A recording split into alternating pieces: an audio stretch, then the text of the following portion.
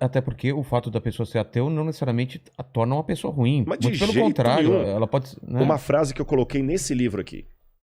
Betinho. Pô, Betinho. Eu coloquei assim, É Betinho poderia... hemofílico, né? Ele Ele é tinha hemofilia. é. Eu falei, Betinho podia até não acreditar em Deus, mas Deus acreditava no Betinho. Então, tem tanta gente que fala, Você tá cara, entendendo? o cara não acreditar em Deus é um detalhe.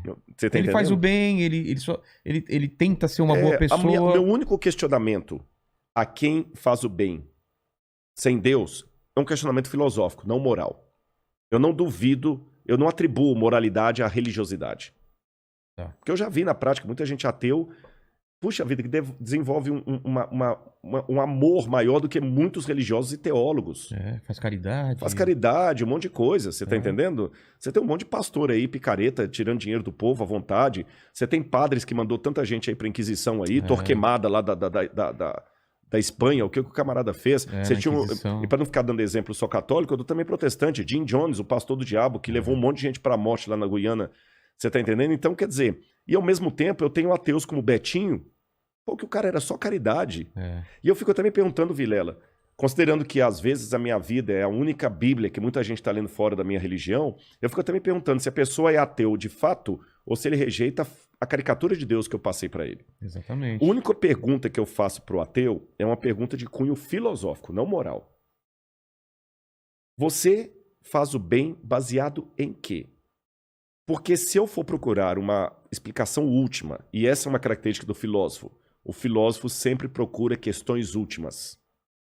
Você está entendendo? Quando o filósofo pergunta o que é a vida, qual o propósito da vida, um filósofo clássico, principalmente se ele for aristotélico, de linha aristotélica, ele não está perguntando assim, o que você quer fazer terça-feira da semana que vem? É qual o propósito da vida? É uma resposta que valha para o Vilela, para o Rodrigo, para o Mandíbula, para todo mundo. Ele quer o sentido último, de onde eu vim, para onde eu vou. E se não tem Deus, é difícil encontrar uma justificação razoável por que Hitler era um demônio.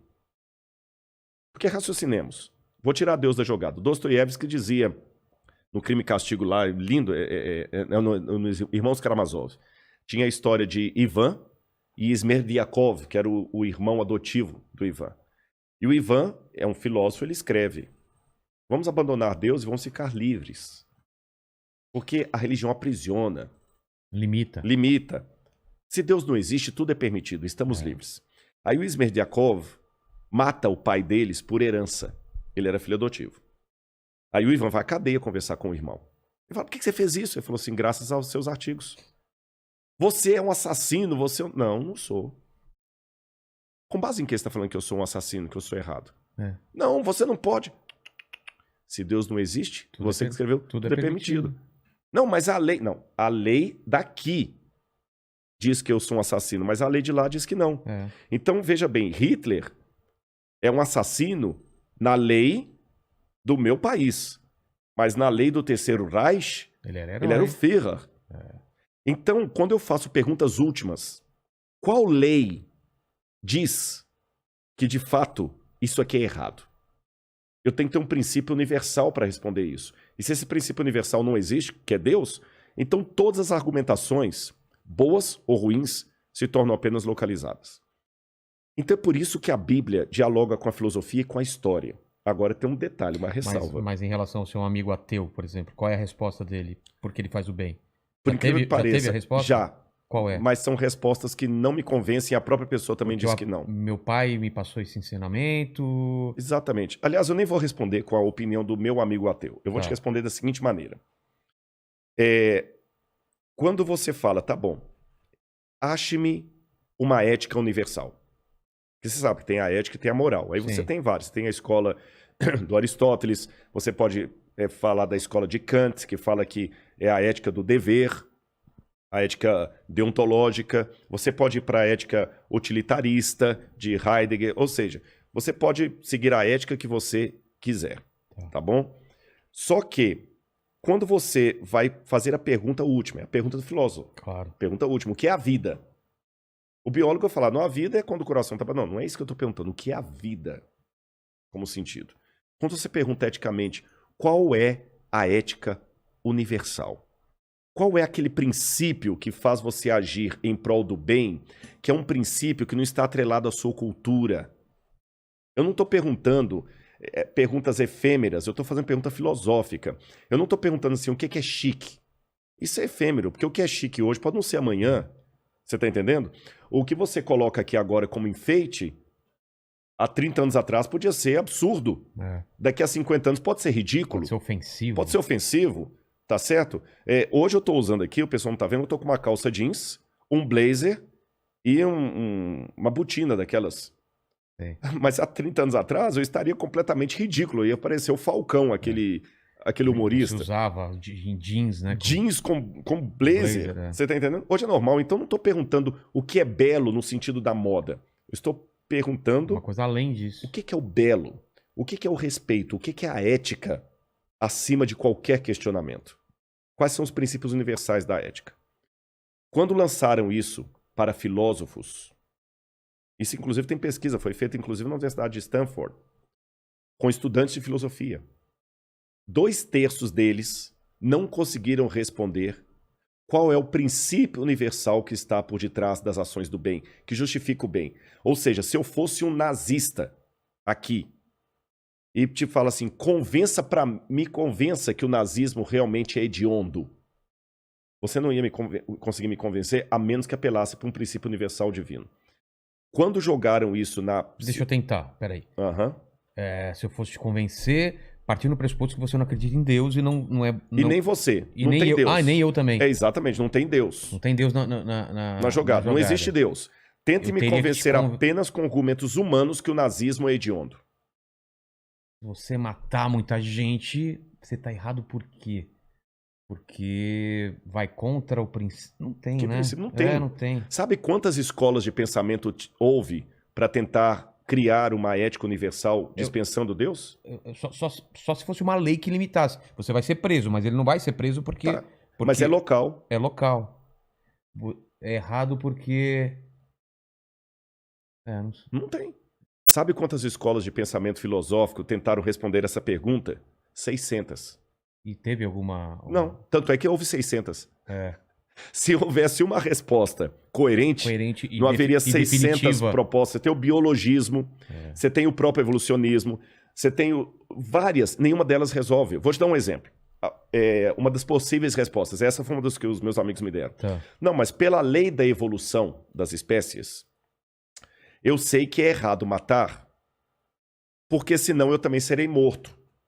Então, como esse é um princípio da evolução dentro de mim, para me preservar, eu não mato. Aí eu falo assim, mas será que isso não faz sentido? Porque se for assim, então, jamais haveria guerras. Eu mato o outro para ele não me matar, é o contrário. É o contrário. Você tá entendendo? Alguns falam assim, não, é o gene egoísta. Como diz lá o Dawkins, né? O Richard Dawkins. É o gene egoísta.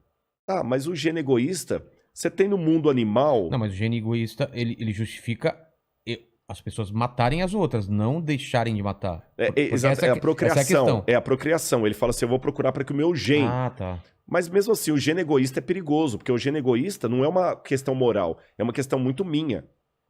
Ou seja, qualquer coisa que nós acreditamos, até o galho, até o chifre que você ganha da sua namorada, não tem como você moralmente recriminá-la se você tirar Deus da jogada. O máximo que você pode falar é o seguinte, olha, desculpa, roubar esse copo seu é errado à luz do Código Penal brasileiro. Você tá entendendo? Agora, convenhamos. Achado não é roubado. Achado não é roubado. Se eu pegar a própria lei da evolução das espécies, a sobrevivência do mais apto. Se eu conseguir te roubar e ficar bem, o que eu tenho que cuidar para não ser pego. Então você está vendo, a Bíblia dialoga com muita coisa. Eu só queria dar uma notinha só sobre a questão ainda da arqueologia, e a gente pode continuar esse assunto. Tem uma coisa que muita gente levanta contra a Bíblia, fala assim, Rodrigo, mas você é arqueólogo, você não tem a prova para tudo da Bíblia? Que eu falei que a história pode ser comprovada. Eu tenho que levar em consideração o seguinte, Vilela, o arqueólogo, para entrar nessa área, a primeira coisa que ele tem que aprender é trabalhar com fragmentos de história. Você nunca vai ter o cenário completo. Não, né? Não é só da arqueologia bíblica, não. Se eu trabalhar... O historiador também, né? Exatamente. Se eu trabalhar com a arqueologia dos incas, dos maias, dos astecas, dos egípcios, da Mesopotâmia, a arqueologia africana... Você tem vestígios. Vestígios, porque a ação do tempo, guerra, reocupação de cenário, ladrões de sepultura, muita coisa se perdeu. Mas a gente pode dizer que quem daqui 100 anos quiser estudar o nosso tempo, ele não vai ter fragmento, ele vai ter tudo, ou mesmo assim são fragmentos? Olha, projeção de futuro é uma coisa meio difícil, complicada a gente Mas fazer, partindo né? do pressuposto que vai estar tudo aqui, vídeos, fotos, tudo vai Pode estar ser que ele documentado. encontre tudo, mas se a gente continuar na esfera que nós a gente- estivemos, ele só vai encontrar as baratas, porque a guerra nuclear, se Vai a destruir. guerra nuclear acontecer, aí destrói tudo. e a estupidez humana não me torna tão tranquilo A quanto a inteligência- impossibilidade disso, A inteligência é limitada, a ignorância não. a ignorância não. A menos que Deus intervenha, eu não trabalho tranquilo que o ser humano não vai apertar o botão. Exatamente. E se houver uma guerra nuclear, nós vamos deixar menos para os arqueólogos do futuro do que os do passado deixaram para nós. Só vai ficar as baratas. A única que sobrevive. É verdade. Então, com o que eu trabalho? Eu trabalho com fragmentos de história, como qualquer outro arqueólogo. Então, a questão que eu tenho que perguntar não é se eu tenho uma prova arqueológica para cada página que a Bíblia conta. A pergunta é: o pouco que eu encontrei de arqueologia confirma ou desmente a Bíblia? Aí eu faço um trabalho estatístico. Tá. Eu não preciso entrevistar 200 milhões de brasileiros para ter uma certeza de quem será o próximo presidente do Brasil. Basta eu fazer uma amostragem aí com 2.000 e poucos brasileiros e daquela amostragem Projetar. eu projeto, olha, se a eleição fosse hoje, Cecília Meirelles ganharia em primeiro turno com tantos por cento dos votos e Monteiro Lobato ficaria em segundo lugar com tantos por cento dos votos.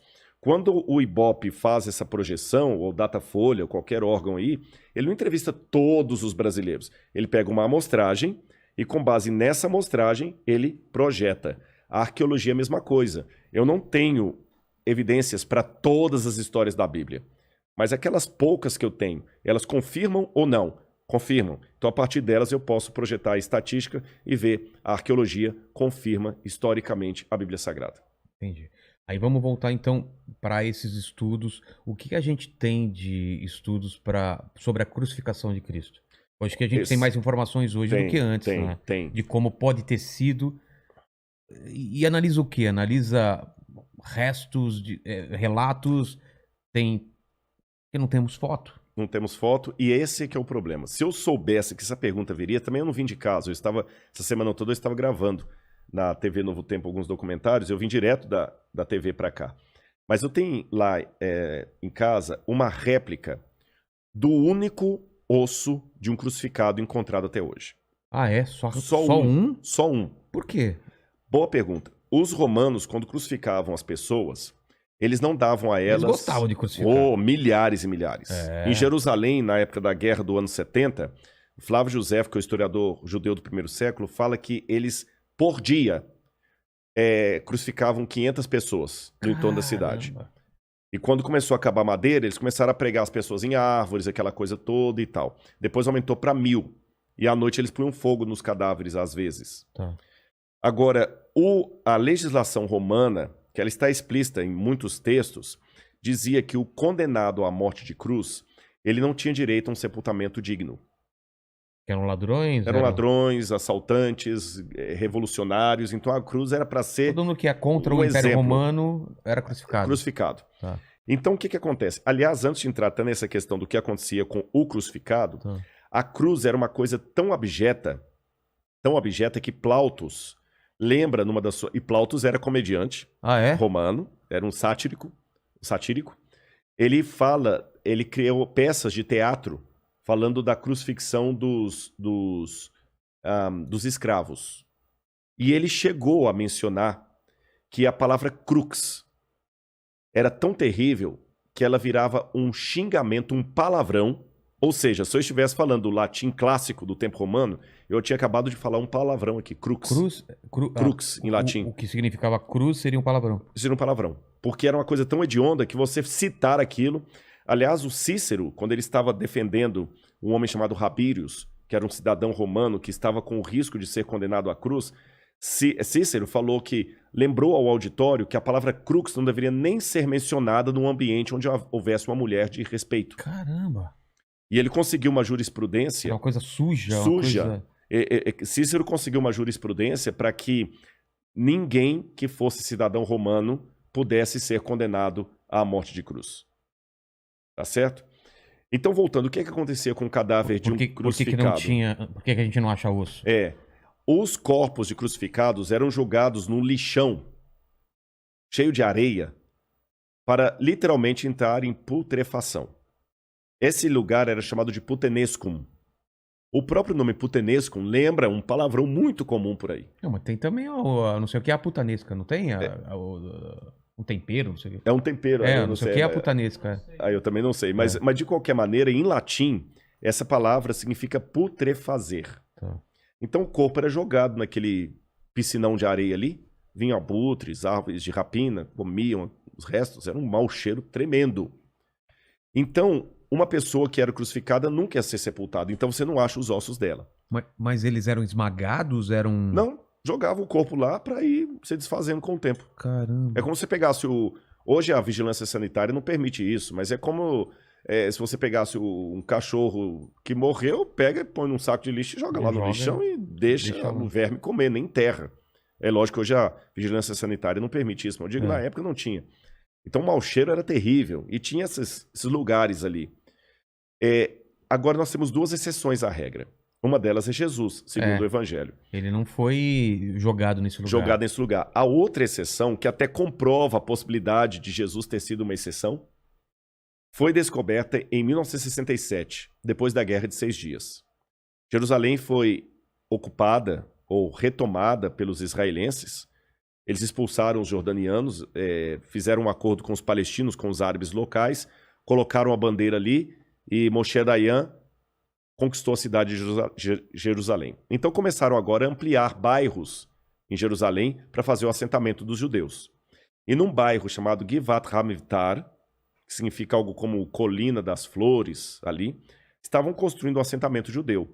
Quando os tratores bateram numa laje, que era a laje de um túmulo do primeiro século, da época de Cristo. A gente chama em arqueologia da época do Segundo Templo.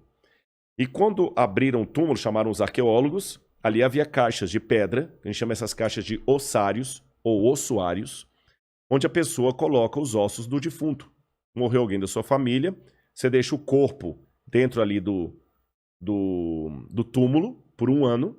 Depois de 1 ano você tira os ossos, coloca em caixões de pedra e guarda num lóculo abaixo para deixar o lugar bonitinho para deitar outro. Nesse lóculo havia os caixões e um deles tinha o nome da pessoa crucificada, da pessoa ali sepultada. Yochanan ben Hagakol. Seria João, filho de Hagakol. E o osso dele estava quebrado ali, a parte do fêmur, como se alguém tivesse realmente dado uma pancada. E o calcanhar tinha um prego de crucifixão atravessando. O prego estava lá? O prego estava lá. O furo? O prego. Caramba. Até torto assim. Sim. Tá certo? Pregão. Um pregão mesmo. Estava ali. Então foi o primeiro e único exemplar de um crucificado. Antes disso, na verdade, os judeus tinham uma superstição que a gente não sabe de onde ela vem. A Mishnah fala dela, que um judeu carregava pregos de crucificados no bolso como amuleto de boa sorte, na época de Jesus. E muitos judeus, quando morriam, colocavam pregos de crucifixão dentro do caixão deles ali. Até o caixão de Anás e Caifás. Então, às vezes, alguns pregos desses vinham com um fragmento de osso, mas muito pequeno. Aquele não, estava atravessado no calcanhar. E alguém pode perguntar assim, e esse calcanhar era do Yohanan ou alguém colocou lá? Fizeram o DNA, era o mesmo esqueleto. Tá. Só que com o prego atravessado ali, era um rapaz